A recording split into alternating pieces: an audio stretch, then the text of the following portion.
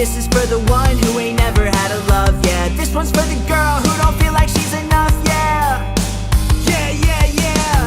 This one's for the cool kid playing on the school team, crying to himself cause he never had the prom queen. Head full of wants, but they said it's just a pipe dream, yeah. This one's for the kids like me, they never had one day. The ladies always turn their cheek, but they ain't let the fat ones sing.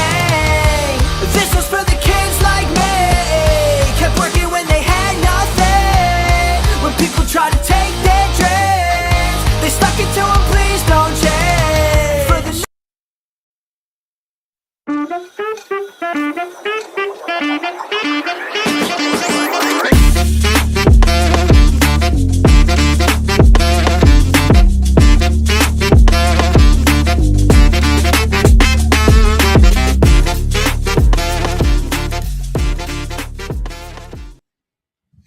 Hello, everybody.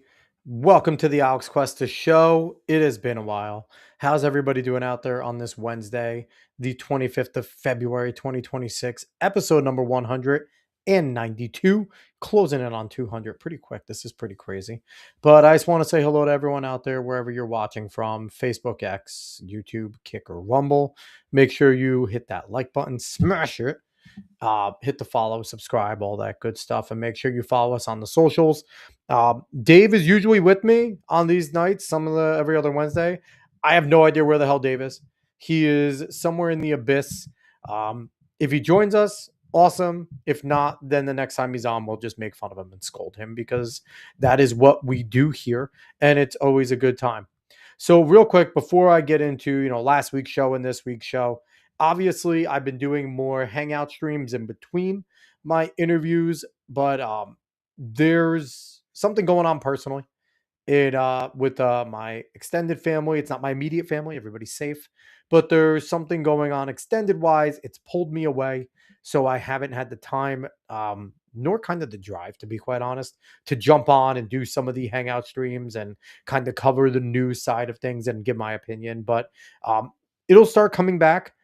Changes are in the fold as well. That is still a thing, where things are going to be transferring. So on the side of working on getting things ready, getting things together, life has happened.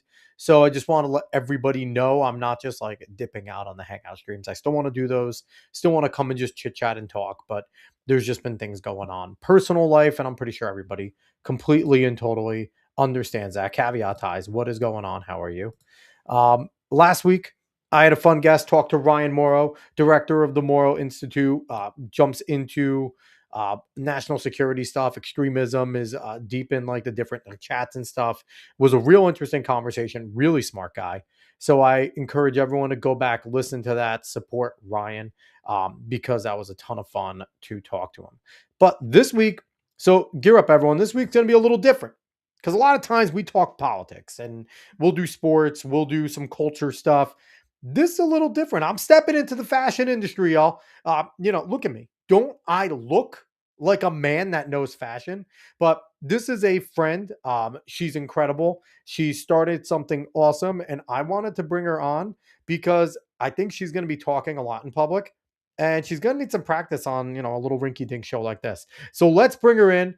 I'm pumped to bring her on. She is Elle Amani. She is the creator, founder, everything for Azaadi, luxury fashion brand, cultural storytelling, a bunch of things going on. What's going on, young lady? How are you? Good. How are you? Good. I'm excited to have you on. This has been a long time coming. I mentioned I had a show. You want to start a podcast, blah, blah. And I'm like, hey, Mhm. just come on mine. But you're busy. You got a lot of things going on with your fashion shows and stuff like that. So I'm excited that we actually had time to sit down and do this. Me too. Thank you for having me. 100%. So I want to jump right into it because the only thing I know about fashion is RuPaul's Drag Race every once in a while watching America's Next Top Model, and now watching the documentary, the 3-episode documentary they did, where basically Tyra and the host just groveled for 3 straight episodes. So and I only did it because Julie was watching it, and I just Got happened to it. be in bed, and I was like, "All right, I guess I'll watch it too." But, so first off, Azaadi culture. It is your company, it is your brand, and just, for people to know, this Mhm, isn't something where it's like, "Oh, Ellie's trying to launch this." Like, no, this is launched. She's done fashion shows. She has gone to different fashion things in New York City. Like, she's in, y'all. It's not like she's someone like, "I wanna do this." Like, no, Ellie's doing it. So, first and foremost, Azadi Culture, what is the company? What are you trying to do with it? What is the story behind it all? okay, so yes. First off, I before I started this, I knew nothing about the industry. I It's like you have this I had this passion, and I was like, "I'm gonna do this." But to start it, it was, ah, it was a lot. It was a lot of, like, hurdles to jump through. Well, And Azadi. company. You have the idea, right? You Yeah, and so I named Azadi Azadi. So it's Azadi, the handles are Azadi culture, but I Mhm. named it Azadi, and it means freedom. So the term means I like that. freedom in Persian. And for me, I named my brand Azadi freedom because it is a very layered term for me personal. It's a very personal, cultural, creative journey that I was on. And it's basically it's a story of resilience. That's what Azadi is. So it's interesting because when you hear about these things, a lot of the times I feel like people come up with names because they're trying to go to a panel, right? Like a big industry, they'll go into, is this going to market well? Like I could Mhm, imagine like the spin-offs of like your Tommy Hilfigers and like anything like that. Their brands, they go to people and they go to focus groups, right? So for mhm, you, it has a personal meaning that it's something that um you're trying to express through your clothes. Now, when it comes to Azadi, mhm. are you actually putting together the clothes, or is it all just your vision and you're explaining it to the people that kind of put the actual fabric and stuff together? Well, okay. So, when I first started out, I was making a I was putting it all together, but I also raising kids, being a mom, running around, switching hats, working. It was a lot, and I was like, "Okay." So, I initially, before I even got to Azadi, I had started out as doing editorials, doing makeup. I was an esthetician, working in fashion shows. Um, and I was very much the creative. And then once I was in there, I was like, I can do more. And then started out very passionately making things at home. What influenced me the most was my grandmother. I grew up around my grandmother, and she changed the narrative of the way fashion is supposed to be for me. And so her influence was all about culture. It wasn't about what you wore, it was about how you carried yourself, who you were. This woman was an amazing artisan. She was a seamstress of her time. Um, and so for me, I saw that she never really got the credit she deserved. She didn't. It was back in the time where it didn't really matter, Yeah. especially to the people around her, especially being an immigrant. And so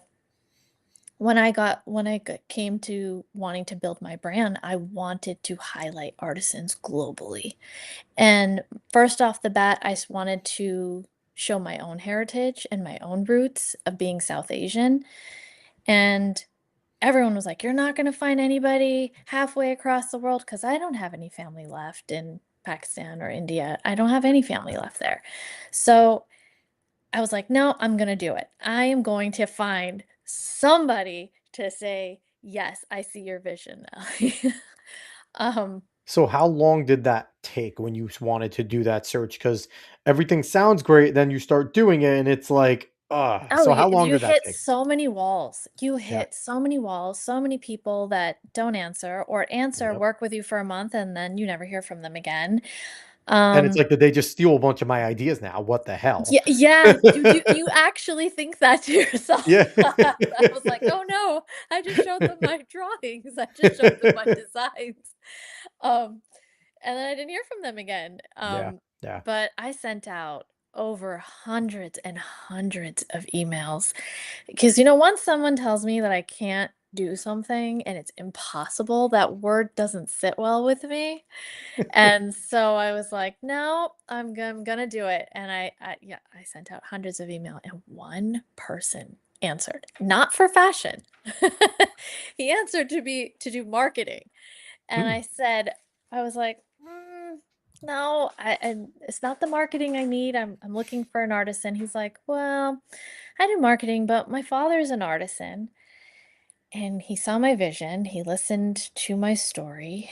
Um, So really quick before you keep going, explain to anyone that maybe because the term artisan's not used as often anymore. mhm. What is an artisan for like the layman that kind of wants to know? So it is anyone, any creative person that does their own design, their own work, their own art, their own creativity by with their own hands. It is it is somebody sitting there putting that time in and having the knowledge of how to do it. And a lot of times it's passed down generationally. Yeah. Yeah. And you don't see it in every household. You see it within different cultures, different people, generationally done. But any artisans are people that create with their own hands, and Gotcha. they are putting in hours and hours of work. And I like that you're using that term because I feel like artisan's an antiquated term, especially like in America. You don't hear it as often, right? You Hmm. hear creative, you'll hear artist, which is, a root kind of artisan, right? Like it's kind of like the Hmm. short term of it. But like the fact that you're consistently using the term artisan, kind of bringing it back, I do like that, and I like that that's kind of a big focus of yours. Caveat Ty saying no plagiarism in fashion. I mean, I think in a lot of arts you can kind of find that, right? Where Hmm. there's roots and there's expression, and then everyone's expression comes from something, right? Like you're not Hmm. like obviously with Azaadi, you're bringing it off of you, like like you said, you're South Asian, so you're Pakistani, Indian culture. A lot of that is influenced in it. So you're technically right, caveat, but if it is her damn drawings, they are stealing it, Rollin. Anyway, so keep going. So your grandmother never got the credit. So you're working hard. You get this one person that's like, hey, Hmm. my father's an artisan. So what else happens there? So And where is this person also, by the way, because they're not in the he States. is in So where India. are they? He lives in India. It's become very, very close to me. I told him a lot about my journey, a lot about my background, a lot about how I came to this point of wanting to start this brand. Yeah, And he's like, "Well, maybe I can talk to my father and, he could probably do this for you." And I was like, "No." I was like, "For me doesn't sit well either." I was like, "I want if if he wants to, I want you guys to do it with me. I want you to do it with me.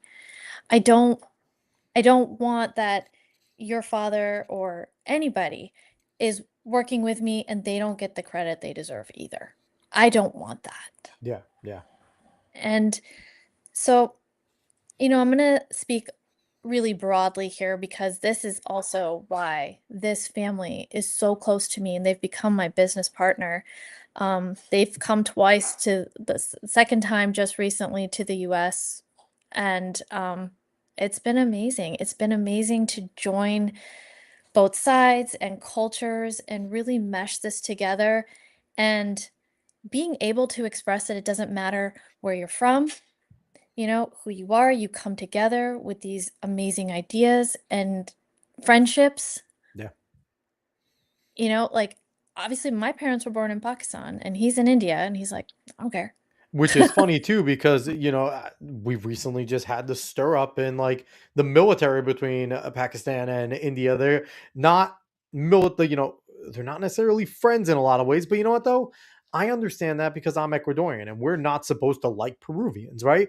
But it's like some of my people I'm best friends with the Peruvians, and it's like Puerto Ricans and Dominicans. Like they don't like each Mhm, other, but how many households you hear like it's a Puerto Rican and a Dominican married, right? So it's like mhm. as much as there's like differences that we're supposed to have, Right. typically it's because we're too damn alike. And it's like that's usually because you're so similar. It's like, no, that's mine. It's like, no, me, Peruvians and Ecuadorians, we like rice with everything and we like pork. Like we like the same damn stuff. It's just who likes their stuff a little bit better. So Yeah. it's always funny when you sit when those types of things happen.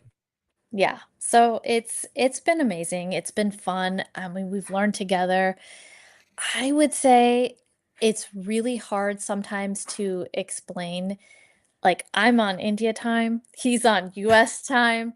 We are there. I put my kids to bed and we're sitting there like, designing, working on programs.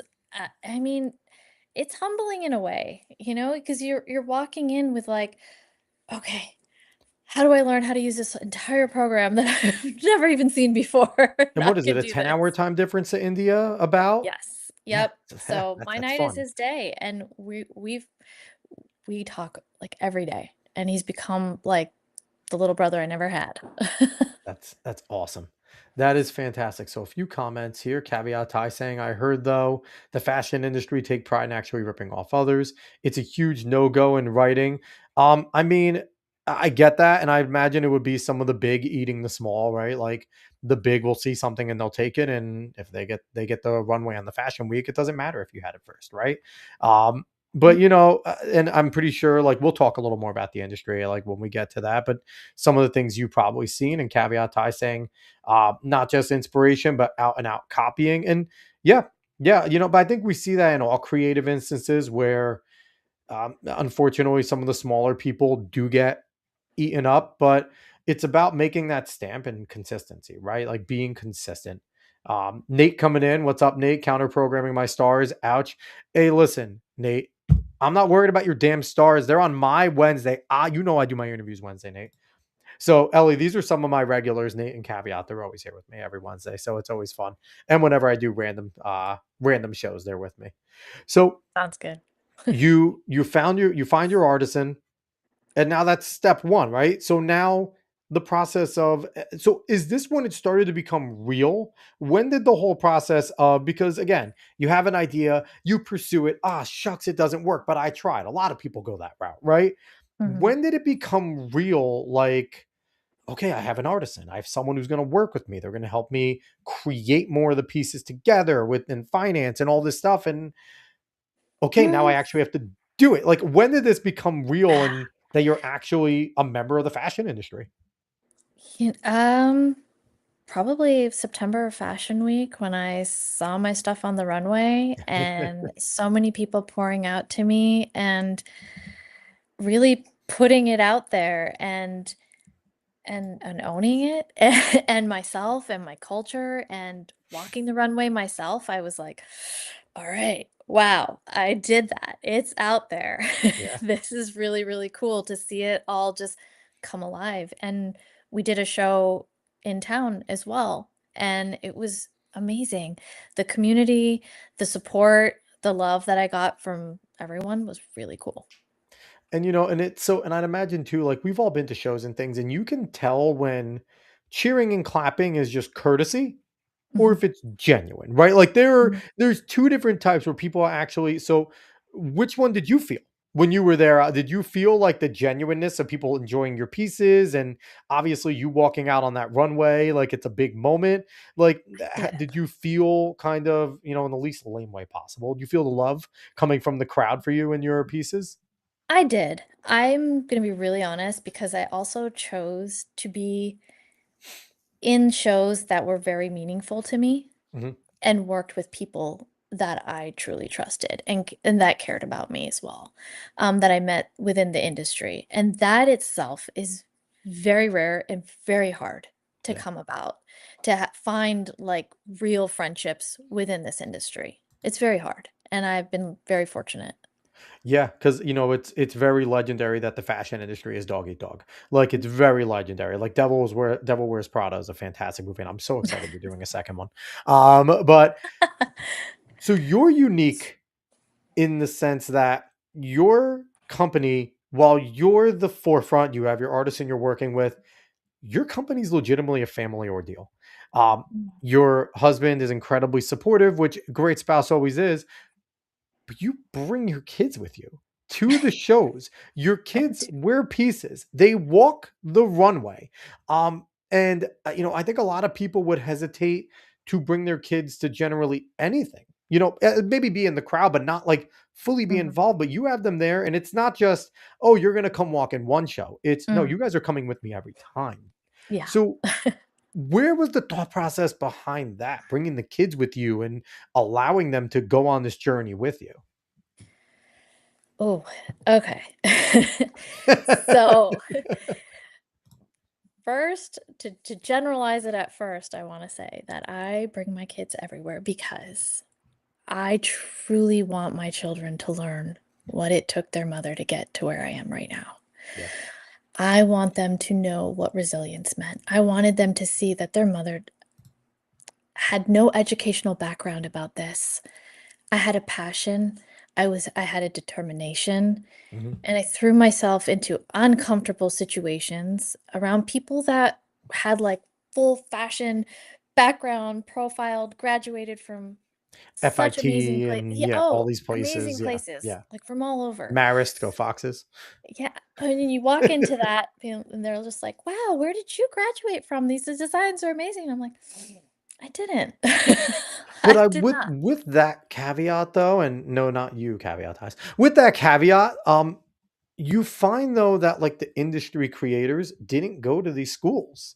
And Yeah. in the industry creators or in any industry, right? Like I often look to like big tech. Famously, Bill Gates didn't make his industry Mhm. start. Right? He's not like I think he's a college dropout. Like Mark Zuckerberg didn't stay in college. They had the movie about him. Elon Musk is just a guy. Yes, he had a leg up, but he decided to go further up. Right? Like, and none of them decided that they needed to go to Harvard or like you ask them, it's like, okay, are you a Rhodes Scholar? And they're like, no, but I teach all the Rhodes Scholars, all my stuff. Like the Yeah. ones that usually are the trendsetters are the ones that have a vision first and then maybe use those experts in the industry to refine their vision, right? But it's Yeah. not necessarily that they're being taught what their vision should be or what a good vision looks like, which I Right. think is a problem with schools now and kids that are passionate is they come in with the passion and idea and then especially in creative spaces when it's artists, when it's Mhm. creators, they're teaching you what they like, not necessarily Yeah. what you're doing. And then they're judging you off of their eye, which I always found so difficult. Like, teach me the technique, but don't judge my work off of what your preference is, right? Because, Right. like someone may look at yours in the fashion industry and go, oh, but that wouldn't go well together. But like to the layman, it's like, that's dope. And all that matters is what I think as the person that might want to buy it. So, Mhm. like, that was just my like a side piece, especially in like the arts industry. It's like learning from someone's great in terms of getting some technical stuff, but in terms of the actual vision, they can kick rock. Some of the best people never went to school to go and learn things. I appreciate you saying it, and that is exactly what I wanted to teach my kids. I have my kids open every one of my shows or close them, and they are my whole world. And I also want to teach them to be really confident and independent and safe, how to do these things safely. Yeah, I mean, when it's we walk huge. down the city, I'm like, okay, they're on their scooters, they're riding up and down. I'm like, just watch out for the Uber bicycle drivers. Oh, they're the worst. The They're the bicycle delivery worst. people, like you get a better chance of getting hit by them than you do by Yeah. any car. Yes, Like because exactly. because they just go and you can't find them in the sea. The car is easier to find. Exactly. They're just they come right up like blindsided. So, I mean, my son was 4 when he started, and I was like, "All right, you gotta tell me where's the train going? Where is it coming? Where are we looking?" You know, that's just me as a mom and a parent where we live in such a bubble now that I just I never know when I'm not going to be there or when they need to like remember, oh, mom took me here. This is where I was. This Or is if what you I need happen to to do. get separated in this city, they're not going to panic, right? Because they're going to look up and go, okay, I'm on 51st. I've been here before. Oh, yeah. Mom said that we're going here. I think that's on 40 something. Okay. I Hmm. know how to get there. I'm just going to go meet mom there, like, Yeah. and there's less fear because they've done it before. They've been a little bit away from you in the city, not by your side, being held the whole time. Yeah. And I mean, Mhm. we live in, like you said, we live in this bubble, and you're teaching your kids street smarts, which I think we've fully lost in, Yes. especially like in suburbia and things like that. Like, there's no street smarts here. Everything is, how safe can you be? And it's like, you got sometimes a little bit of unsafe is a good thing. A little bit, yes. Come on, A you're little like the bit. mom in me is like, no. I will say there are times when I'm just like, "No, no, no." A little But too far. You're scootering next to me now. You went too far. You broke the rule. Get over here. well, because as they get older, they're just like, "Well, I can go a block away from her." I'm like, "No, no, no, no. We need to be in eye A city level." block too is aggressive. Yeah. Yeah, they get adventurous sometimes, Well, but, they're kids, they're supposed to. you know, I think doing these shows was very liberating as well for me. For me personally, and I'm gonna say that I grew up having had a lot of that taken away from me. And that is why I named my brand Azaadi, meaning freedom. Because a lot of my freedom, my personal choices, my who I wanted to be by my choice was really taken from me. And that is another reason why I bring my kids along because they've seen part of those journeys, especially my oldest. And for her to see, wow, my mom conquered this. She got to this point, kicked everyone's butt. It was like, I'm not doing this for me and my family.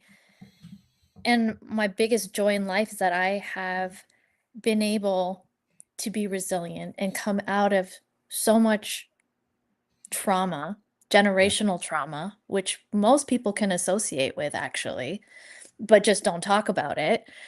Um, and just a lot of other things that really suppressed me being able to do all that I wanted to, which I'm doing now. I didn't let it stop me. When I got to the point where I made my beautiful family and we are solid and we have come out from so much together, I'm just like, how with it. And now I'm gonna start this brand and I'm gonna do it.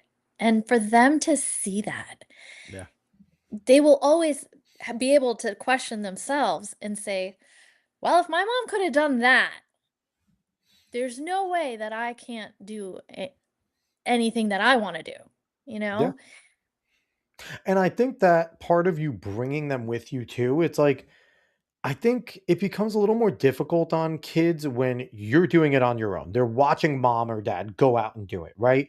But they're Mhm. not there. And it's now, okay, I have to live up to what mom did, as Mhm. opposed to, no, I'm a part of what mom did. And even Yes. if neither of them choose to take on Azadi and they don't go into fashion, they were Mhm. always a part of it with you. They were always Yes. there by your side doing it with you. And I think that there's something about that. I think we even see that in like the bigger brands and stuff like that, in the bigger companies where the kids are openly there with their billionaire parents and Mm. they are constantly involved. And then we see that those kids are typically more well adjusted than some of their other billionaire kids that were never involved in the type of things or things like that. And you're getting them into that in an industry that is millionaire, billionaire level, right? Like, the people that go to your shows, they're not playing around. It's not like, you have people that are there. So I think it's really cool that you do bring them along. And we've talked about this off because we're friends off of this. Um, Yeah. I don't think I would bring my kids. Like, I'm not letting my kids come on this show because I don't want them all over the place. Like, it's like, and but I do think it's cool, and I do think we do need more people that are willing to at least let their kids have a little bit of danger in their life. And because, like you said, we're not always going to be there to protect them. They're going to get lost at some point. They're going to go, and as they get older and go on adventures, they're going to take a wrong turn. I've done that before many a times where I look around and I'm like, Mhm. I don't recognize a damn thing about where I am, and Uh-huh. I just got to try and find the landmark at this point. Like, and we're not always going to be there, but then we have these friggin' things that make it so easy to stay connected. And it's like, no, it sucks. Um, so, but there's something about being adventurous as a kid that's Hmm. necessary. And the fact that you're allowing them in the city to be a little adventurous is even better because the city can be a scary place at times. So, Caveat Ties wants to know, what are the age ranges of the kids? You obviously talked about your youngest being 4 to start. Hmm. So what are the age ranges without getting specific? And I know Roland doesn't want specifics because I've had him on the show before. He has kids, so he doesn't. He definitely wouldn't want you to like reveal. Okay, so age ranges mine. Yeah, your little ones. They're both under 12. There you go. So they're younglings. I think it was more Yes. for just like how much freedom you're giving some younglings. And yeah, Well, Nate, you I you would are say good. when my son was 4, to be fair, he was more attached, but as he's gotten older, it's been several years now, he's a little bit bigger. And he gets used to it, right? He's getting Mhm. used to the trips. He's getting used to the city. Like the city could be intimidating when you're young if you're not used to Yeah, he rides the train with me. They both ride the train with me all the time. They pack my stuff. it. They're back there egging stuff. They know the drill, That is fantastic. and they know the So drill to stay close. yeah, well, I mean, you got to be smart, right? Again, the street smarts about how to do it. So you're now in the industry, and I could fully say you're in it. Like you're doing great things, Thank you. and you're only going to accomplish more and more. And like I've said, I think that you're going to do some awesome things. I've told you that off the show. Um, what has been the learning curve of now fully jumping into it, right? Like the rush and adrenaline of your first show is done, and now I've arrived. So, what have you learned about the industry as now you're not the novice anymore? You're expected to do things now, right? So, what Yeah. has it been like? First off the bat, you realize how fast the moment passes. Like the moment of like, oh my God, I did these shows and I did this, and then you're on this high, and then you're just like, everything comes down, and you're just like, oh my God, that moment passed so The fast. 15 It's like minutes your is wedding real, day, right? like Oh, you the you wedding date's a plan blur, so much man. for a wedding day, and then Yeah, it yeah. passes, and you're just like, what? Well, I'm going to put a caveat there. You guys planned a lot. The husbands were there. We just said yes, honey. Okay? Like I didn't plan a damn thing.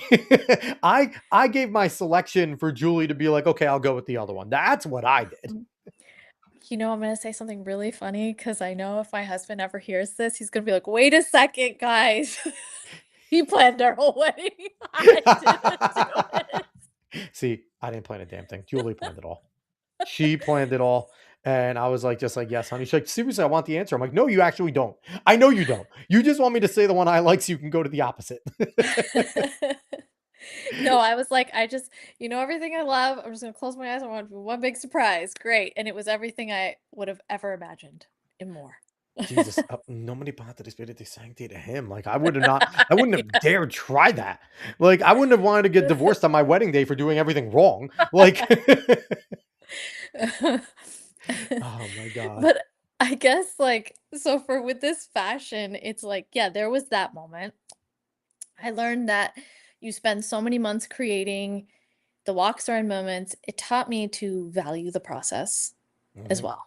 It really taught me to value the process even over that applause. That even if not one single person in that room cared or loved what you did, you know how much work you put into that and how long it took you, and like down to like the way they walk, the last sound, the every putting every piece, and I put on like almost 35 looks, That's a lot. which is a lot. Yeah. Yeah. And to fit every single person, and because day of, I think each time I did it, because I did several shows for September, and then I did a few for February, I was much more prepared. Mhm. I will say I was way Well, more because well you knew prepared. what you lacked at that point, right? Like you Yes. understood, okay, I went through it once and God, I don't want to have to scramble and do that again. So, right? Yeah. Like, so you have that concept. Yeah, and you learn how to switch things at a drop of a dime. Like okay, this is at this moment when this happens, what am I going to need to know? And also learned seeing that once I put everything out there, I saw so many people like reaching out to me and coming forward and That's so saying, cool. "Oh my God, you said and did what we think about, but are not able to for one reason or another." And I think that meant so much to me and that they could associate with me, my story, my brand, what I'm doing, the cultural aspects, and they love the global aspect of it, Yeah. of going to different cultures, not just my own. And I don't know, I learned the beauty of it. I was able to see the beauty of it and push past all the walls that I hit, and I was able to see the beauty of it, and it makes me wanna keep going. So I know I would, as I'm watching my pieces go down the runway and back. I would be like hyper analyzing the crowd and what they liked more and what they didn't, and kind of taking notes. Like, is there any side of you that as they're looking at it, looking at different reactions to different pieces, taking some notes on, okay, maybe I should change up a little something there in terms of stylistic or things like that? Or was it just leave it all out there? These are my pieces. I'm gonna worry about the next pieces. And like, so because how does that, because I know Well, there's, is there like, is some of the reaction going into some of like future creations about how you do things? yeah, and I think that comes down to the fit of stuff for me. I think that I think that, like, as I'm fitting different different people, different models, different, there's just I actually ask them for their opinions because they're the ones bringing it to life. And I Yeah. and I say it to them. I'm like, "You're putting on my piece and you're bringing it to life. Otherwise, it's just going to sit there on a hanger. It's Yep. not going to do much. But you're putting in the motion, you're putting in the effort, you're part of this." Hmm. And so a lot of times I ask their opinions. How does this feel? Like when you're walking, like look at me as if I am your friend and you're telling me how you like something. As you're the I don't person that created all the pieces, and the models were like, "It's amazing, Ellie. Please don't no, fire me when they tonight. when they say that to Please me, use me for your next show, please." I'm just like, "No, I need to know how does this fit?" And and as I'm doing it, I can see, I can tell, and there were a few things that I did change. I Yeah. I Yeah. changed up a few pieces where I was like, I think this would work better this way." And also I'm very diverse about my pieces where I look at things more culturally and conservatively and to each their own, the Yeah. way they view it. Yep. And so I have a dress that, let's say, there's side cutouts and or the back is open or your legs are showing. You don't want it to be that way? Great. Put something under it. Or I Hmm. have a jacket to put over it.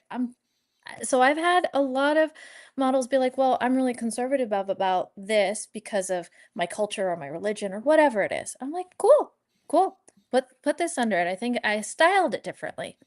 So I did look at even at that feedback because a lot of people are like, "Well, how would I wear something like that? It's so beautiful, but you know, I don't I don't want to show this part of me or whatever." And I'm like, "Cool. That's absolutely fine. There's nothing wrong with that." I made it to be very versatile and I Hmm. have a different piece for you then. Or you can style it this way. Yeah. And so I actually ran into a lot of those things too. So when you're designing your pieces, are, do you design it for kind of like one body type? Because I know the fashion industry has gotten, where it used to be more like Ashton Kutcher and kind of Adriana Lima, and they were just stick thin, right? And it Mhm, was because a lot of times fashion just wanted to see what it would look like, the piece itself, not as much in terms of like how it would fit different shapes. Do you design it for different shape people in mind for certain pieces? And mhm, are you allowed to ask, right? Are you allowed to say, hey, I need models that are a little more curvy for these pieces. I need models like guys that have a mhm, little bit more buffness to them because it's more form fitting, or I mhm. wanted some dudes with dad bods because this is meant for dads. Like, Mhm. are you allowed to ask for So that as the creator? Like, do you have you that are, freedom? you are, and you know, I I have volunteer for met the other dad bod one. I got that. I'll walk that No. one. I so I personally and I design it for everybody. Like, Yeah. I have a piece in mind for everyone, and a lot of my stuff is custom made to fit that person, Okay. because I also, like, I'm always open about that. I'm like, whether it's a body issue or something else. I mean, as a mother of 2, I've been a human yo-yo. I know what that feels like. Yeah, yeah, I'm you like, women go through some stuff. right. So I call it just being the human yo-yo. And I'm just like, I've I've had never my heard that. moments. I've never heard that. That I think is the most ridiculous term I've ever heard for pregnancy, the So human yo-yo. so I'm just like, when I was at this stage of my life, Yeah. like I wanted to feel beautiful about what I was wearing. So I keep that in mind all the time when I'm designing. And you know, I have had like a lot of people be like, I need this type with this height and this shape and this blah blah blah all down the row. And I was like, oh, and here I come with my troop, and we're all we're everything. And I mean, the proof is in my stuff because I had Yeah. everyone model it, and I Mhm. made it in different sizes for different models and different heights. And I've had models that came to me and be like, well, I'm only 5'3", and I'm like, "So?" I'm like, "You can wear it like this, or you can put some heels on, or you can do whatever you want And that I makes think you feel that's you." cool too, because I feel like, I've heard the term with so many women, like certain things make them look frumpy. And a lot of the times, like, and I feel like that goes with the different designs, right? Because the different Mhm, designs are designed to fit different body types. And mhm, okay, maybe that thing is making you look frumpy because it's not designed for your body. It mhm. wasn't your body shape in mind. So of course Exactly. it's not going to be as flattering. So I think that's pretty cool that you do So I that had and yeah, I to had have that some versatility. solid exactly what I had in mind. I was like, "Well, this isn't gonna look good on this person, but this will." So I did about a good 8 solid different designs, men and women, and I was like, "All right, there's something for everybody in this." So have you gone to the show, kind of had your models dressed because obviously you're made, and looked at one of the pieces and go, "Shit, that doesn't work. Come here. I Mhm. gotta like." Have you like done that where you're like, "We Yes. need to change yesterday because that doesn't. My vision sucked there. Let's do Yes, something and else." Like, and the worst part is that the model that was supposed to wear it loved it so much, but and inside and that was a learning like that's curve not going where out on my runway. Like, I was like, well, because I also realize that I want that person to look their best too. well, yeah, because they're Because getting the pictures taken and things like yeah, that. they're And this getting is also for pictures. It's them for their their career future as jobs. well. Yeah, yeah. Yeah, and so, sometimes there's a joke of putting someone in, like, something so ridiculous, like, are they gonna show up to their I as think every in single their fashion resume with week. this? No, I honestly feel like for models, like I feel like the humiliation ritual is almost a rite of passage. It seems that way, right? Because how Yeah. many times you see like these big fashion week things and it's like nobody at all thinks that looks good. Like no one. You didn't actually design that with the thought of this is a good looking thing. You made it as a humiliation ritual to make sure that this person, if they come back, okay, they're worthy, right? Like it just looks like it is so ridiculous. And it's like, no, like, I don't know. Like people are like, oh, rich people think it looks good. Like, no, I don't think rich people think it looks good either because their asses ain't buying it. They're not buying that. You're never gonna see like someone like the big stupid feathery looking things, and some of it Yeah. has a place if it's like okay, that's the theme. And I think we've seen some of it done. It's ridiculous, but it's tasteful, right? It's not Mhm. awful, but some of it is just like you can't have two women walk by each other because it's just you have a whole entire city on your back. Like I don't Or one's understand looking what's at the other and be like, "Why didn't I get that one? Why did I get that? I yeah, didn't no, want that it's in my line." I thought why about did it. they hate me and put me in this? So I want to jump to some more of these comments here. Nate G saying nothing like being a parent. 4 under 8 here, so you got to have 4 more, Nate. That's the rule. Um, Caveat Ty saying, old guest of yours, Lenore, and you're talking about Lenore Skenazy, let her son ride the subway by himself at 12. Yup. Lenore, I don't know. I think we talked a little bit the other day about Lenore Skenazy. She wrote the book Free Range Kids. And it's all about just letting your kids explore and you Wow. have testing your own boundaries as a parent as well. Um, Mhm. Caveat ties making me look bad. Actually made a lot of choices at our wedding, probably more than my wife. Am I the only like traditional man that's like, yes, honey? Like, uh, Nate saying, forgot to mention. How about Jack fucking Hughes, Alex? Yes, American hockey. Are you a fan of sports at all, Ellie?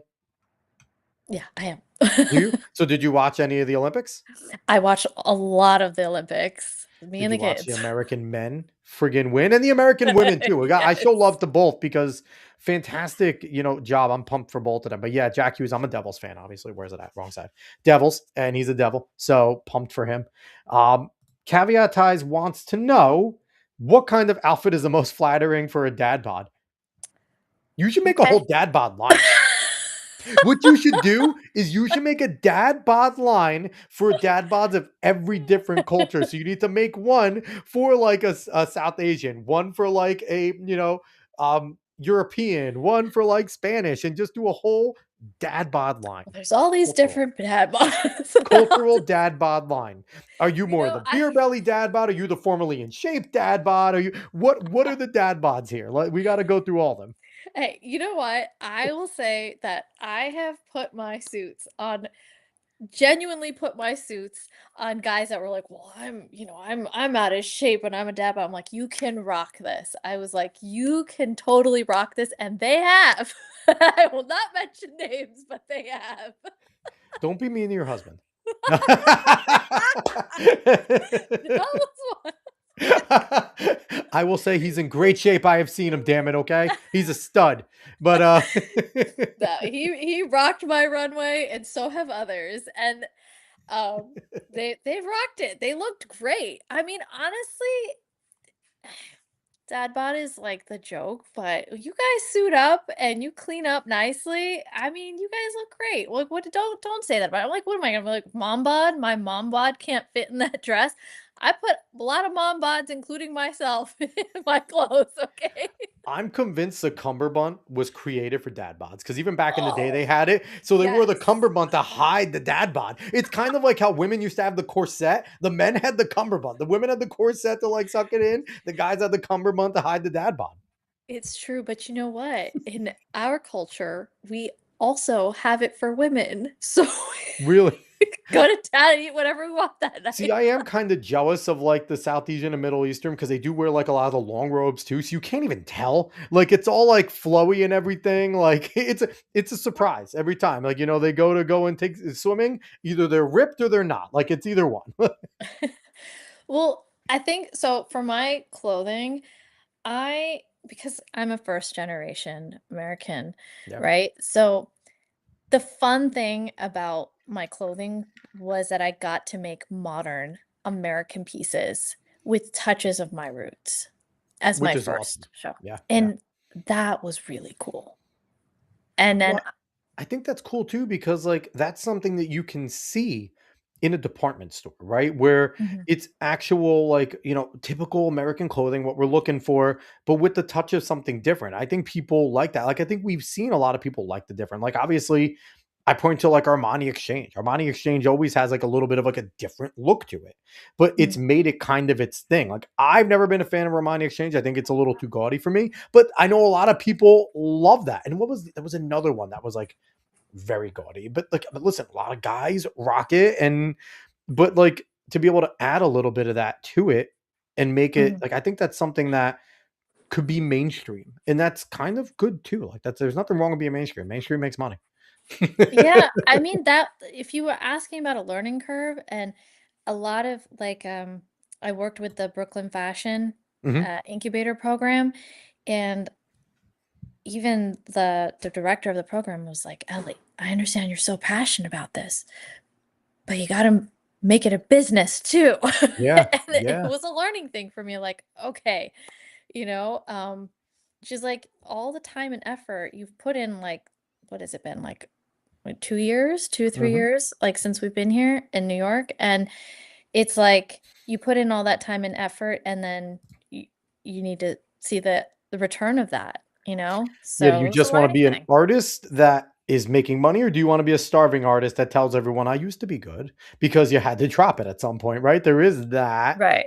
there's something where it's like you can have pride, but you also, if you're truly Mhm. passionate about it, you got to make it work. Because eventually, you're already working with the business partner. So now there's someone there that's relying on you already. And Mhm. eventually you're going to have, as this grows, more people working underneath you.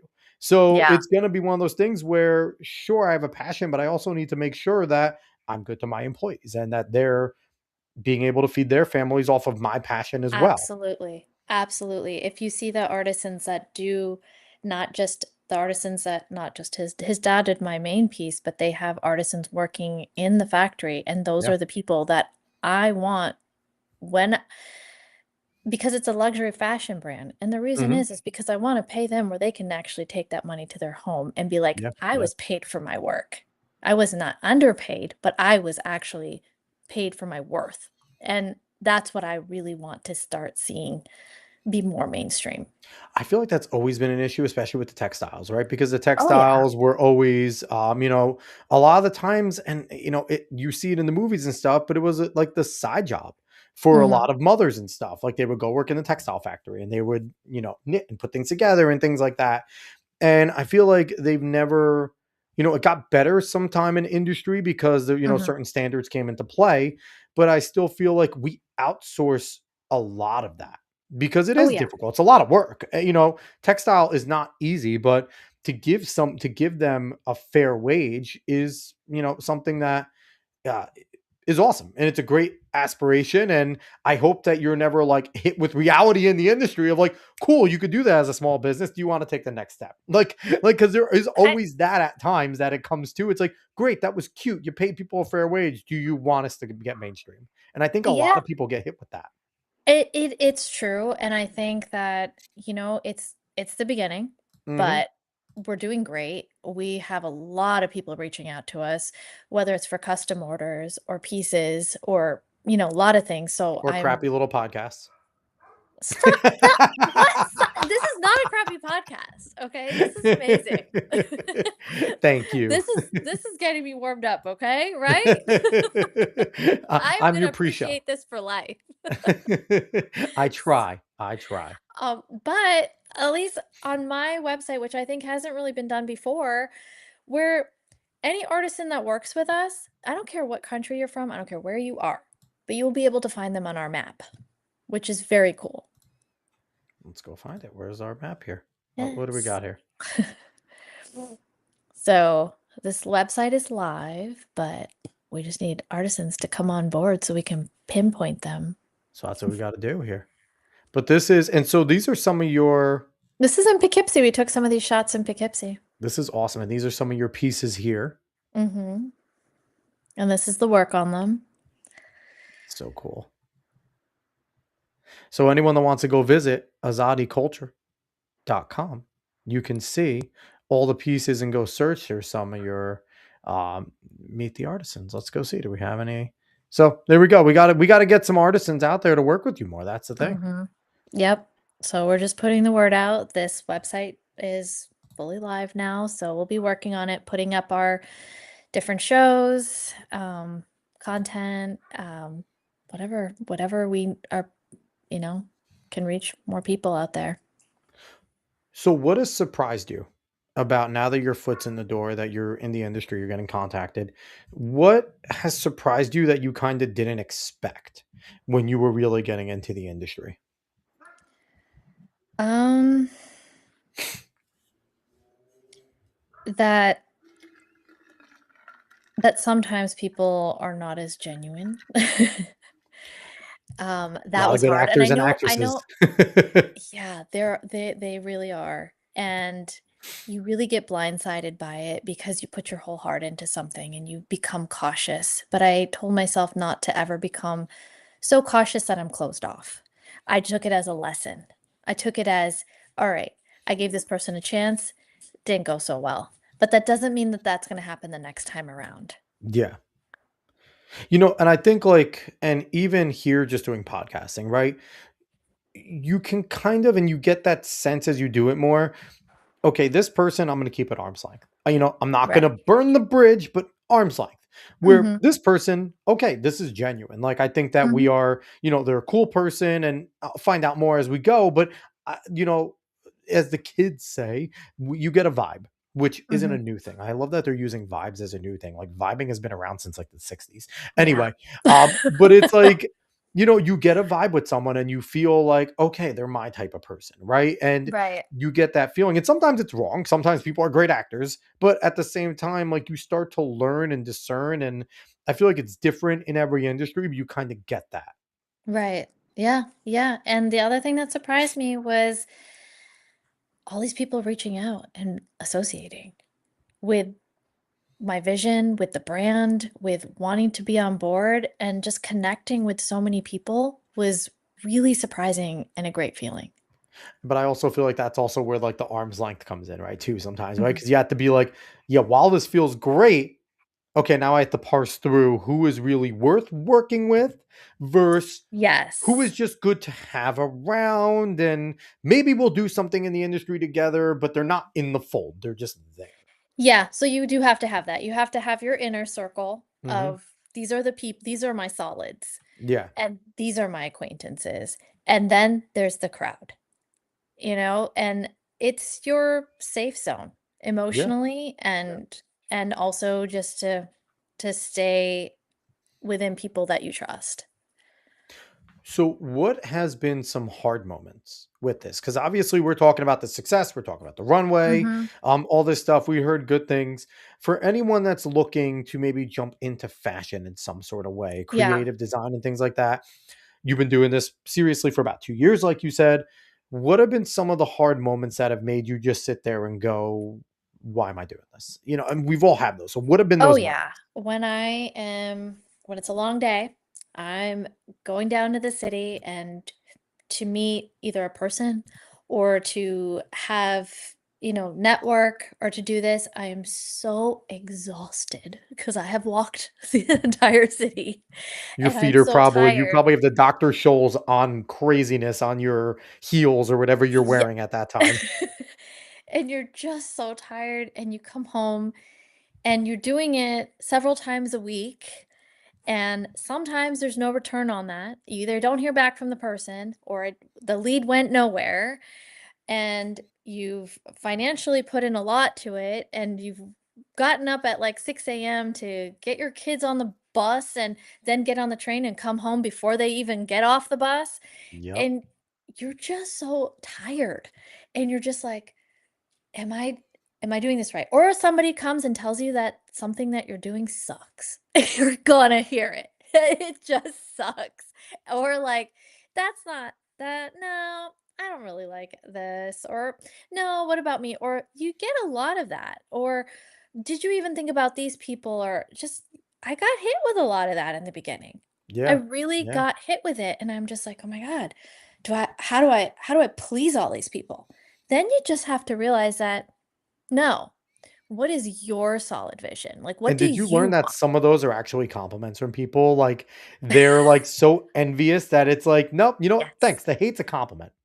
Yeah, or when they told me there's no possible way, and I heard this from them, there's no possible way that you're gonna find anybody. It's not possible. Don't even go down that route. And I'm like, but that was my entire vision in the first place. Yeah. So that made me feel like, oh my God, this is impossible. I'm not gonna be able to do this.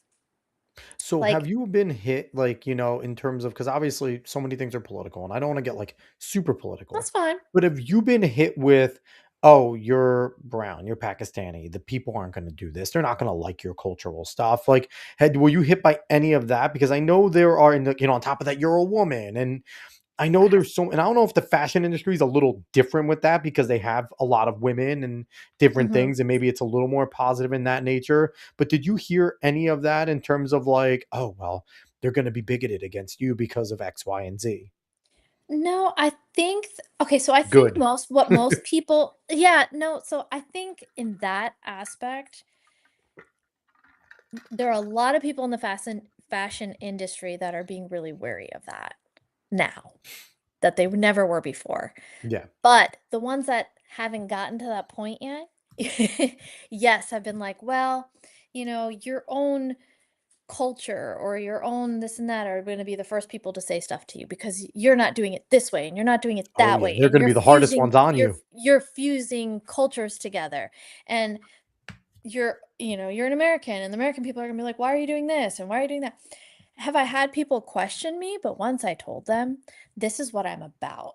Like, you can either hop on board or you can stay back where people are not actually accepting of other people, Yeah. And I was like, there's no cultural appropriation about wearing my clothes either because it's such a meshed culture. Like, if you look at anything that you're Which I buying will in go store. out and I will say cultural appropriation is bullshit, okay? It is a compliment if people think that your culture is dope enough to use it and to imitate it, Exactly. okay? Like, I hate the Exactly. line cultural appropriation. It's like, you know what? Okay, no one will wear it. Your culture sucks. And so no one's gonna like your stuff. No one's gonna like what you look like. No one's gonna wanna wear Mhm. what you wear. That just means your culture is trash. It's like, no, if I think that your culture is dope and I want to emulate it as somebody outside your culture, that's the Mhm. ultimate compliment. I'm like, if I'm taking the way you speak and things, it's because I'm emulating you because I like that.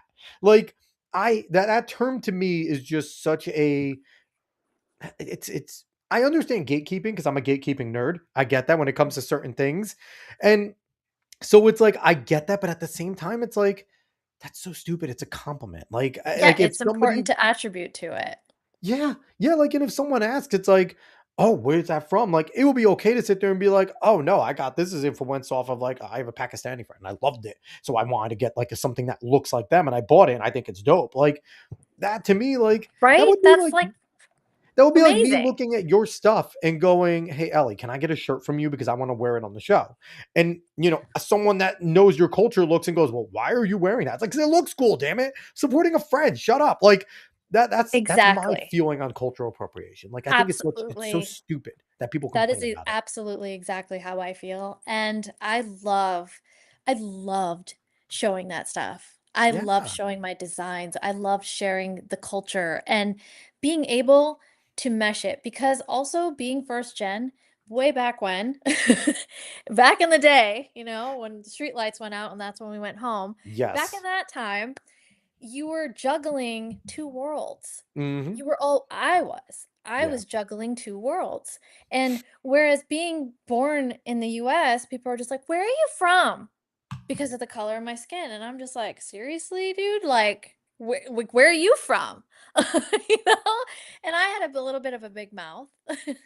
See, At but the I feel time. like I feel like it's such a thing where because there's so many different types of people in the United States, I feel like especially from kids, it is more of an innocent question because we're taught that there's everyone from everywhere here, right? Mhm. Like, Mhm. so they want to kind of know, and I think we need to normalize I'm an American, but this is my heritage, right? Like, I feel like we need to Yeah. normalize that answer. Like, where am I from? I'm from America. Like, I'm a person because I'm an asshole. I know that they're trying to change like Christopher Columbus Day to Indigenous Peoples Day. And I say, cool. I'm celebrating it. I'm an indigenous person. I was born here. So it's like I'm that person that's like, okay, I think your thing is dumb, but I'm gonna take it because I'm born here. So okay, Indigenous People Day, it's the biggest American holiday of all time. Anyone born here celebrates it. So probably piss off a lot of Native Americans, but I don't care. But I think you could probably tell that just by knowing me, Elliot. I don't care about many of those things. But yeah, it's like I think there is something too, especially too with like obviously you have that pride of being an American too. So it's like, what do Mhm. you mean where am I from? Damn it, I'm from here. Like I understand Yeah, what my and parents went through to get here. I'm proud to be from here. yeah, and so, I mean, sometimes I had adults saying it to me, and, I had a father who instilled a nice big mouth on me at times and was like, "Well, maybe mine just came a little later than yours, but we all got here the same way. So unless you were here first, don't don't say that to me." Unless you could trace it back to Washington, go away. Which some people are like, I can. It's like, all right, touche, you win. Like you're significantly more American than me. Awesome, I'm proud of you. Like, Well, and the fun thing is like you have two countries where you have India and Pakistan, and I'm like, well, guess what? I have one foot in each of those too, and I'm born here, and you mesh all of these worlds together, and you can come up with something really cool and yeah, yeah, actually accepting. And I have so many people of different cultures, different religions, all reaching out to me, all sporting my stuff, supporting it, and just amazing. It's amazing. Now, are you getting requests from these different cultures to create pieces from their culture? Yes. So with that, Yes. how much research now has to go into it if you agree? Like so that you're not kind of doing an Disrespecting offense anyone else's stuff. and do you Yes. also ask them when you're like, "Okay, this is what I'm thinking. Does this mesh?" And do Mhm. you take that risk of maybe this person's not as versed in their culture as they wanna be? So they're giving you the wrong information. Like, how much research now? Because obviously That's a good you question. understand your Yeah. culture, right? You Mhm. understand the Pakistani Indian culture and Mhm. messed with American. So making that, it's like, I don't care if I offend some super tight ass one in my culture, go away. But when it comes to I'm like, able to. but when it comes to like me, like, I'm Italian, I'm Ecuadorian, my religion is Christian. It's like, okay, if I'm asking you to do something, okay, can you make me something traditionally Ecuadorian? Like, I don't know jack shit about Ecuadorian, but it's like how much research then goes into, okay, what is traditional garb? What do they consider traditional today? As opposed to like, I don't want to make something so antiquated that they would look at that and be like, oh, you don't know what, you know what I mean? Like, Mhm. so what goes Well, into that side of it? so for me, basically being an American, right? This is my country, this is my person. Basically, Like, you are an but American, damn it. so what my silhouettes for my pieces Yeah. are mostly American wear, Mhm. but I'm fusing it with other countries globally. Yeah. So like for now, like if you asked me, okay, I want something Peruvian. Like I would find the local artisans within that country So they would be the particularly. ones to truly help you out. They would be the ones to be giving me their vision of design on that piece. Like, for instance, So does that become a collaboration at that point? So, like, any yes, piece like that would have it's a my name. collaboration. It's under Exactly. the Azaadi name, under the Elle Amani Azaadi name with the collaboration of this artisan. Mhm, and whatever That's artisan worked cool. on that piece, That's so you cool. will find that artisan because that artisan will be highlighted, That's with awesome. that collection, and that is what I'm really, really passionate about doing. Now, say I'm someone that comes to you with the idea, would I get a credit of like inspired by this person, worked Mhm, with that person? yep, So, a shout out to anyone that's watching or listening. If you have a certain culture that you want highlighted in Azadi and you see her pieces, you think she has talent, which she does, you better fucking think she has talent. But if you think she does and you want to get in touch with her and tell her, hey, would love to see you include, I don't know, if you're from China, I would love to see you include some Chinese stuff into this. And, here's someone you can reach out to. We know some artisans. Can you get in touch? And it's like, yeah, they're the biggest artisan in the country. Don't know if I can get in touch with them, but, but, but yeah, like reach out. Cause I feel like that would be that's such like a cool thing to do. And I think eventually you'll have enough different styles where you could just make like a full, like, okay, here's a world runway. mhm, Like, let's enjoy, let's have at it. mhm. I mean, my entire my closest friends in that have supported me and loved me, I mean, they are the people that have picked me up at my worst. They are of every culture. Yeah. So I even base it on my own personal life of what I've created in my own personal life of my chosen friends and family, that they are of every culture and religion. Yeah. And I couldn't live without them. And so I will be taking their personal opinions as well. Absolutely. And I feel like it's cool too. Like if you ever like wanted to, you could just go to the different regions of this country because we are so different in Mhm, every single region. Where we are in the Northeast is different in terms of what we wear as opposed to down south and as mhm, opposed to over in the West. Like you can get, and there's different sections of each of those regions as well that all have their own flavor. So I feel mhm, like, there's so many things you could do there. Like you could do like a clash of, they're talking about Mexican over here in the comments. Like, okay, an American Mexican line versus a traditional in the mainland Mexican, what they mhm. wear and have like the juxtapositions of those. I feel like that would be also something super freaking cool as well. Yeah. I mean, I am open to all of it because I think it's amazing and we're at a point, where to The we're able to connectivity is reach so out cool. now and Oh, yeah. connect with other people from all over the world. So why not utilize that in a really great way? And you've also developed a network too, where I can imagine that you can call people that you know and can be like, "Hey, do you know anybody from, Norway?" Mhm. That I can sit there and they'll be like, "Oh, maybe I don't, but I know someone else that might have a connection. Let me," but and but then again, that's also how the network widens, right? Mhm. Because now you're in contact with somebody else, and Oh, it's yeah. it's it's how it works. So Nate wants to know. I don't know if you've ever seen Zoolander. Have you ever seen Zoolander? Yes, I Do have. you have a derelict line? Do I have a direct line? I don't know. I I don't think I have one yet. You should do a whole Zoolander line. Just plagiarize that whole damn movie. They're not going to say anything at this point. Caveat Ty saying you appropriate my dad bod culture, Alex. You know what? Caveat. Just because you're, I think, a year older than me doesn't mean I'm appropriating it from you. Damn it.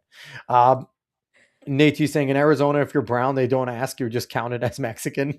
I mean, there are certain places like that. Like, listen, I used to get joked around in high school. They used to call me Mexican, and I'm Ecuadorian. And my whole thing was Mexico's GDP was much better than Ecuador's at the time. I'm like, I will take that as an upgrade in terms of my financial I stability. I have really fit in all shades of brown.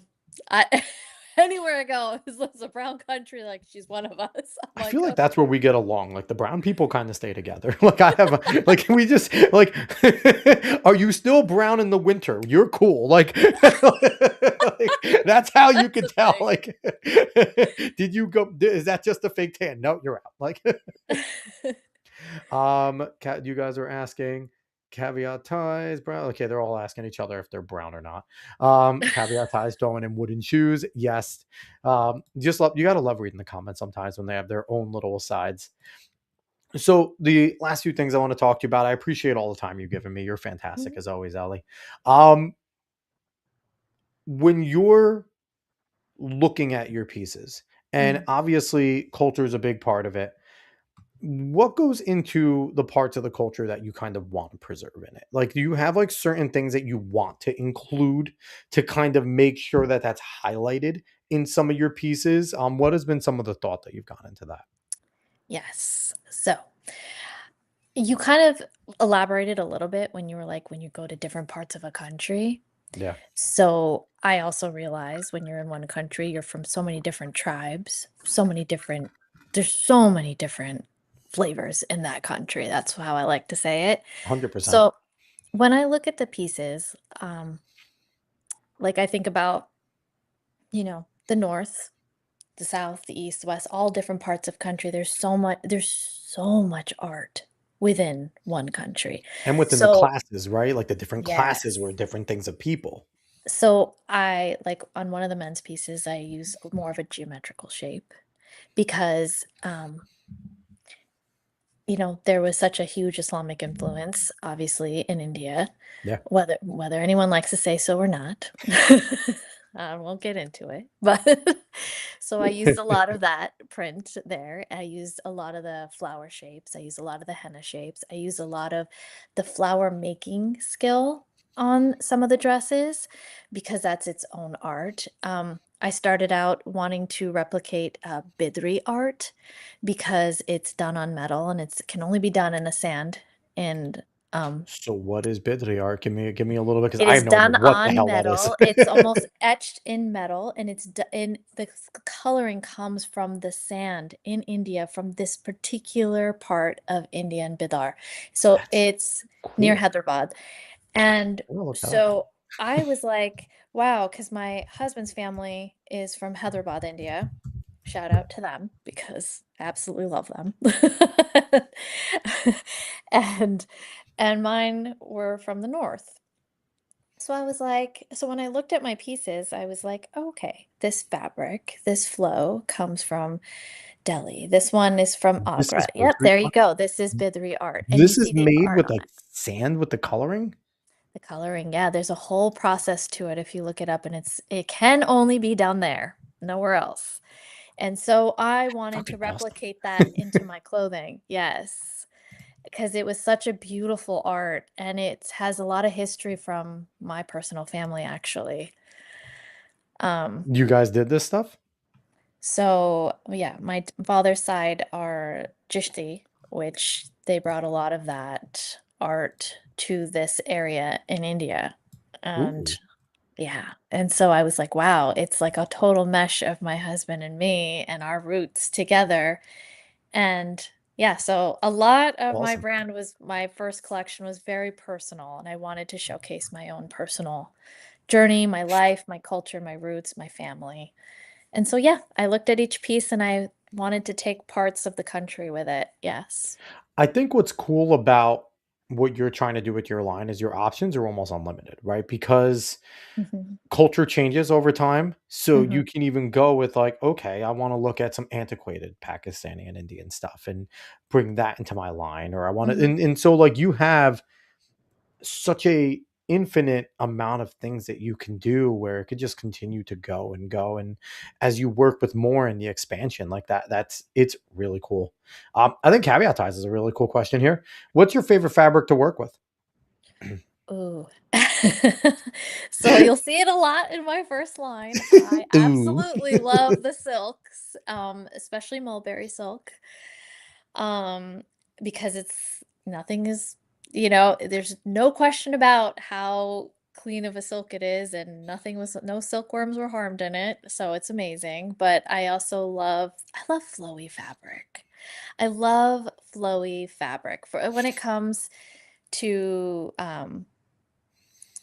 like dresses. I Yeah. just feel like there's something for everyone and every shape in that, depending on how it's designed. I love flowy fabric. I love the chiffons. I love the um gosh, I could go on and on, but the Now, flowy fabrics. how hard are some of these things to find if you're trying to get like a specific one for pieces? And is there difference in like when you're looking at something at like a cost, right?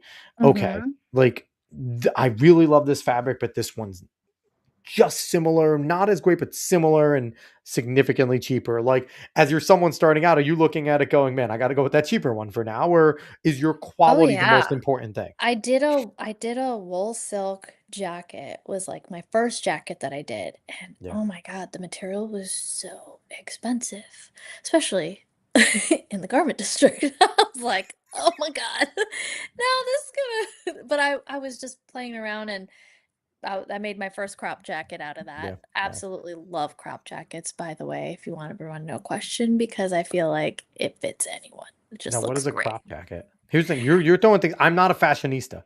So Okay, what's a crop so jacket? crop jacket is not a full-length jacket, or it doesn't come up to your hip, it comes halfway. And so you don't have to worry about anything. It You shows off have the to worry. dad bod. You don't It okay, shows dad off the bods are dad not for bod. crop jackets, okay, Well, okay. I mean, the crop jacket will lean on the Okay, dad bod. that's for women, that was for women. Wow. For So guys, I it's would end at official. the hip, but Azadi make it crop silhouetted. jackets are sexist. No, I'm kidding. So I have made jackets for guys, and they're tailored for you guys, for everyone's looked good in them, doesn't matter what their shape was. You could I not demand a tell. crop jacket for dad bods. I don't know who wants to see that right You now. just like fluff it out at one point so it like rests properly on the dad bod. It can conform to the shape. Okay, I will try. My future tense work is I wanna do bomber jackets because I Ooh. love putting designs on them. I love Yeah. Yeah. jackets. Absolutely love jackets because 'cause they're so versatile. Like, you could put s there's just so many designs you could do You with can be it. like a NASCAR like billboard. And some jackets are like that, right? Like it's Mhm, funny too, because like you'll look at certain things like as a picture and you're like, I don't know how that works. It's like I know like I like not all of them, but some of the jackets, like I'm a sports guy, right? I obviously have this. I like some of them that just have like all the teams on the jacket. And if you mhm. just look at that as a picture, it's like that's a headache. But then when they put it on the jacket, and then sometimes you look at the jacket, it's like, ah, it's not great looking. Then you put it Yeah. on, you're like, yo, this is dope. Like this jacket Yeah. looks great on somebody. Like So my thing is, since it's a high-end line, I was like, it's really cool to work with some of those silks and do like bomber jacket and prints on the outside and like, kind of mesh in with like some of the leather and yeah, do yeah, something really cool. Because what I've found in a lot of these countries, they don't waste a single part of that animal at all. yeah, yeah. They don't. And that was an eye opener. I was like, wow. Like, oh my Oh, we. god. The thing is, it's like I say it all the time on the show. We don't realize how spoiled we are. We don't Mhm, realize it, and just from the simplicity of We get up every day and we flick our lights on and we expect the light to go on. We turn the hot water on, we expect it to get hot. Our roof doesn't leak. We never have to worry about fixing it really. Like, and when we do, it's just an inconvenience and we pay someone to do it. Like, we have so many minor things that we just take for granted because it's just what we expect. And there's just so many other places around the world that don't. They don't have that. Mhm. There's times where, oh, okay, the lights aren't on, I guess, today. And they figure it out though, right? Like, when Mhm. we complain about the dumbest little shit because we are just so freaking spoiled here. And it goes like what you said there. And this is why, like, hunters, good hunters, will tell you too, like, no, if I kill something, I'm using every part of it, Mhm. right? And Mhm. the parts that I don't use, I'm going to respect as much as possible. I'm respecting that animal that I killed. And I have hunters in my family, and I get the best venison from them. Like, they'll have it and they use it, and what they don't use, they freeze. So can you eat later? It's like there's the respect there. And I do think that in the West and a lot of our Western cultures, especially in America, we do lose a little bit of that respect for things because it's real easy to just throw away leftovers, no problem, because we don't got to worry about it. Someone picks it up. And so I agree with you. There is that kind of Yeah, I use don't know. everything. It's hard to have a favorite because I just like once I'm in my zone and I see like fabric that's like, I don't know, unique or two-toned ones, it's super cool to fun. Do you get locked in sometimes when you see a really cool fabric and you're just like, I have no idea what I'm going to use you for, but I Mhm. want to use you? And do you like kind of Absolutely. get stuck? Like, now I just have to design a piece for this. I don't care that I have 30 other to do. This is my only sole focus. Yeah, and sometimes everyone around me is like, "You need to drop." I'm like, "No." And so I ended up making palazzo pants out of this iridescent, chiffon fabric, and I was like, "Those are the best palazzo pants I've ever seen." And everyone loves them, okay? So That's awesome. That's awesome. So caveat ties coming in saying exactly South Dakotans don't dress like you New Yorkers. No man buns here. Listen, you go to your college campuses, I guarantee you get some man buns. Leave my man bun alone.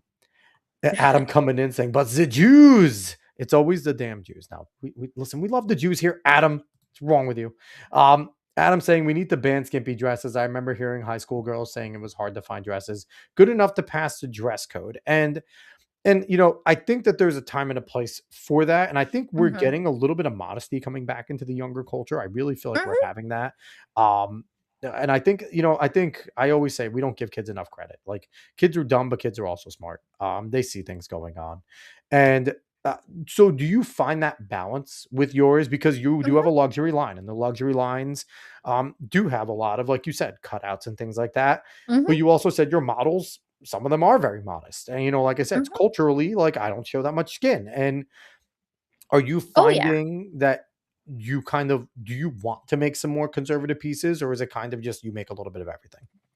So I make a little bit of everything because I personally think modesty is to each their own. Yeah. That's how I feel about it because now at this point in my life, and it's true, like you high schoolers, I think it's great. I think it's great to start out that way.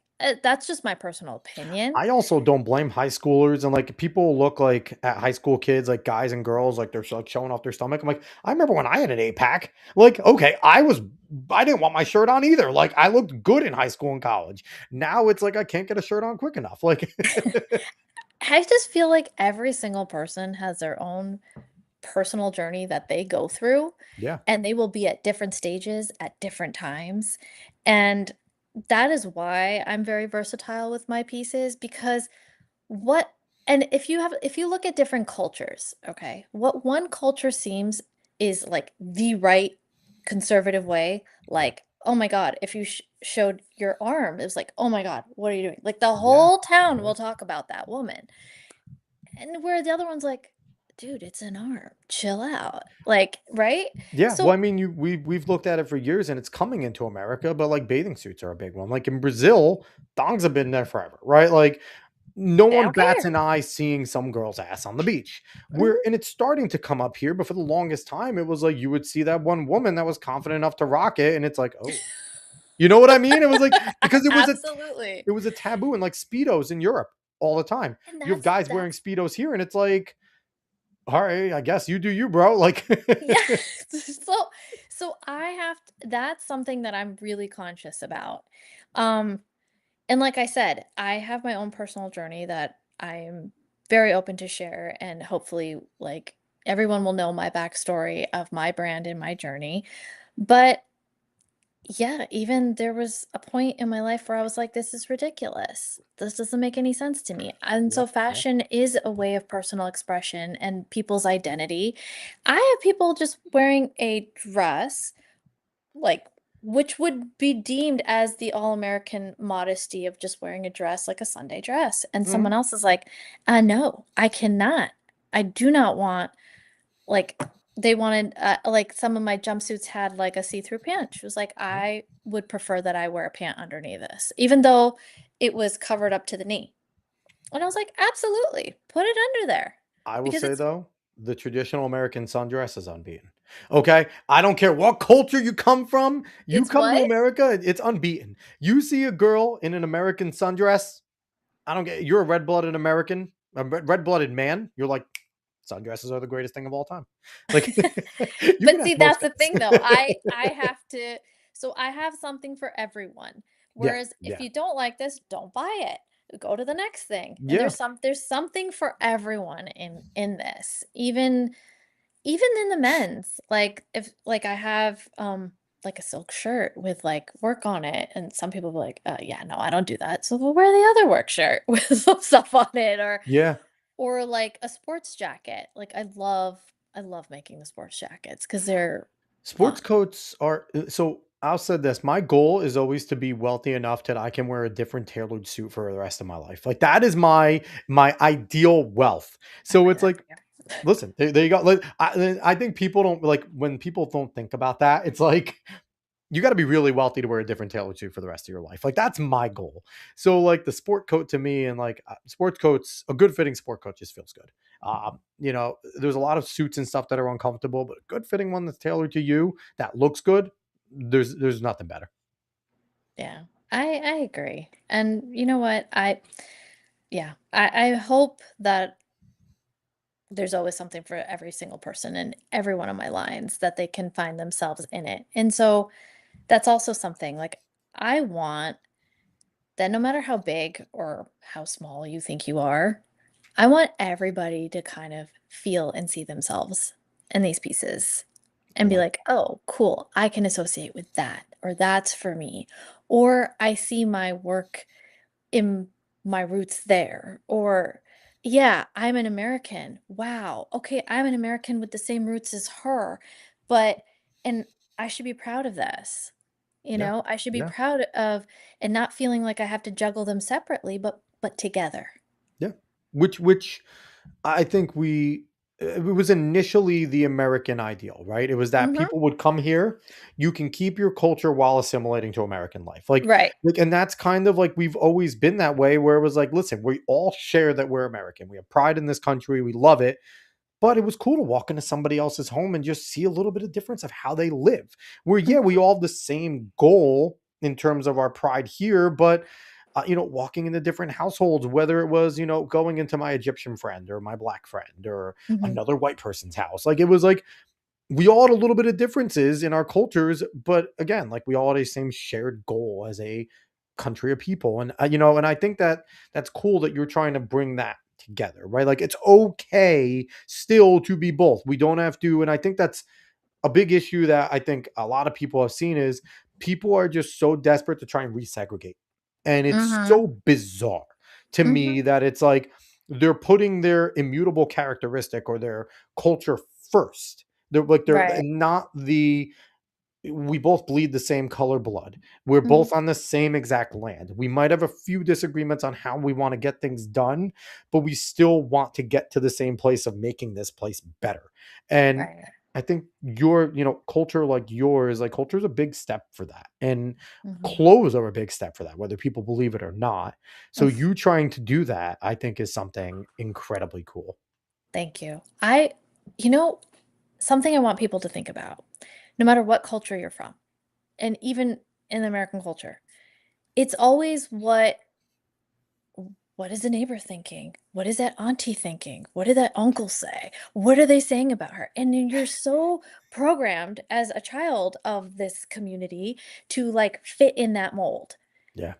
And it's really hard. And that's where a lot of that generational like trauma comes from, Yeah. for men and women. And you're just never able to break out of that mold The or expectations. express yourself or combine everything together. Or it's like, oh my God, that girl wore that, or that guy's doing this. Like, oh my God. And it was one thing I always wished, Yeah. my father did it, and not so much on the females on my side. And then I just wished, I said it once, and I'm just like, can anyone just say, who gives a damn? Like, who cares? And just let this person like Yeah. live as long as they're not doing anything to harm anyone else, Hmm. and they're not even harming themselves. It's just, they're just living, they're just experiencing life or Yeah. something. Yeah. Yeah. No, I agree with you that we do have too much of that judgment. And so I feel like fashion, me going into the fashion world, and it doesn't matter what gender you are, or what culture you are, or what color your skin is, or how short or how tall you are. It's just like everybody is bringing out. I took my clothes to the street.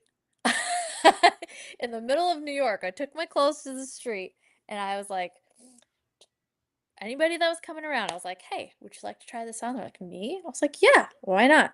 Throw it Would you on. like to?" I was Did not a you film weirdo. that? You should have live streamed that. Actually, the woman on my front page, she happens to be a model, but super, super amazing person. Just was so excited about it, came with me, and she modeled that jacket for me too, and rocked it. I have her in my videos. But yeah, she and my really good friend Rob, who photographed these videos, he is cool people everywhere. That is his handle. And yeah, they took to the streets with me. I was like, let's do Oh, it, I thought you Ellie. were just giving him a compliment. Cool people everywhere, but no. That's That's his. awesome. That's a great handle. So let's get to a few more of these comments. Caveat Ty saying llama or alpaca wool is the best wool. I don't know anything about wool. He's saying he even knew what a crop jacket was. Well, good for you, Caveat. Okay. Him saying starter jackets were the peak of fashion, and I agree. We need to bring back the starter jacket. Um, Mhm. Nate wants to know: are you an ambi turner? It's another Zoolander reference. Do you do Oh, both okay. sides? I might Can you do both sides? You only have one side. I don't know. I don't know. I think I'm better on this side Do you when I have a go to good the side showers. or I'm kind of like, eh. caveat saying my ideal wealth is where I could wear nothing but sweatpants for the rest of my life and a robe just like the dude. I mean, to each their own. You're going the Bill Gates route. I don't want to go the Bill Gates route. But I have heard though, when you get to that certain amount of wealth, you stop caring. Like you Mhm, do truly stop caring. It's mhm. the fake wealthy are the ones that are wearing all these big fashionable things. Like they're not truly wealthy. They're millionaires. They're not billionaires. There's levels. So I guess I'll be stuck as a millionaire forever. Okay. Everyone, You know let what me have my though? dream. I will say, I am that person. Call it whatever you want. Like, for me, fashion is not the most expensive thing you have. Real quick. No, All of I his mean, fashion knowledge comes from Zoolander. That's respectable. I love this. There was a time when I was doing fashion shows, and my husband was like, "All right, we got to sit down and watch." There's this show. It's God, why am I blanking right now? But they Project do Runway. kind of, yeah, and then they do like the editorial, the makeup, and they do like really cool stuff. And with the first time I was going, like I watched that, I was like, okay, they need to be like this. I need to make sure I have this on point. And when I in there, I didn't do any of it. I just did my own thing. Of course, of course. But I mean, overall, I think that what you're doing is awesome. I think that having a purpose is always a good way to go about things. And I think that people can see that your brand's going to be different. So I guess my last question for you is though, what makes a luxury brand, and what makes it different than other brands that maybe aren't considered luxury? Okay, so I'm not to take away from anybody's work, but the reason I did this Nah, is screw I am them. like Okay, I am definitely using all of the high-end, materials, Mhm. and when you put into going cross countries, like, doing all the work that's put in, the artisans that are put in, the labor that's going in, and these aren't being mass produced. Yeah. They're more so couture custom wear designed to the person with literally all the, like, from the thread to the handwork to the material down to it is all custom handmade. Is there certain material that's like kind of like the cutoff for what they would consider luxury in the industry or not? Or is it just that you need to have some of the stuff in it in order? Because like again, I don't know. I don't know. Like So obviously, I've you're not got going to make like a cotton shirt like this with some polyester. Like this isn't technically, you'd be but you surprised. could I put think that into those things, right? yeah, it depends on is that shirt mass produced? Is it or is it not? And how big is your brand name at this point? Yeah, But yeah, I don't want to be that brand. I want to be the brand that really does the custom work, really stays true to its heart and its words yeah. and the people that are working with me. Um, for I will instance, say you should have one mass-produced shirt with just your logo on it, because I feel like that might be like the one thing. Because like I know for me, I would love to just have like Azaadi on a shirt, mhm, gold, mhm. like because obviously like the gold logo. Like I feel like for like a brand like yours, that would be dope. Where it's like, okay, everyone could be my walking billboard, and if they want to order Yeah. a custom piece, so like that, like the only thing like for me, and this is me being selfish, because my custom order would just be like, hey, it doesn't have to fit at all. Just go get me the Gildan shirt, throw a Zadi on it, and we're in. Like, Well, so another thing is when you do the custom couture work that isn't like mass produced, that stays at the luxury high yeah, end. yeah, And then when you produce more of one item, hmm, then it comes into the second tier, depending on the materials you use. yeah, Then you could go to the third tier where you could put it at a cheaper, lower cost for consumers, where it's mass produced with quality fabrics, but not you're not using silk, you might be using a certain type of cotton blend or something like yeah. that. And also, like, I have gotten people reaching out and saying, "Hey, would you work within our country with where we want to give certain people jobs, where you could mass produce something?" And then at that point, I would separate the couture and the luxury to and maybe have a sub brand for that. And I think we do see other brands with that, right? Like, and Mhm. that's why you'll have like different names. Like the name brand will be like I mentioned, Armani Exchange. Armani Exchange is Yeah, kind of that exactly. mass-produced Armani brand. It's not Mhm. your higher fashion. It's not what they're wearing over on the runway. You're seeing like the people wearing that. This is an Armani. It's like it's for us plebes to say we're wearing an Armani. That's about it. So I put things so much more mean and blunt. You know what? There's something that was priceless information from my grandmother, and growing up, that woman would take anything and make it into $1,000,000. There you And go. I am that person, if I find something, like, on the street, I don't care if it's a purse or if it's something somebody handmade or whatever, and it's beautiful and it's great, you just didn't brand yourself to be $1,000,000 business, I don't care. If it's amazing, I love it. I will rock it.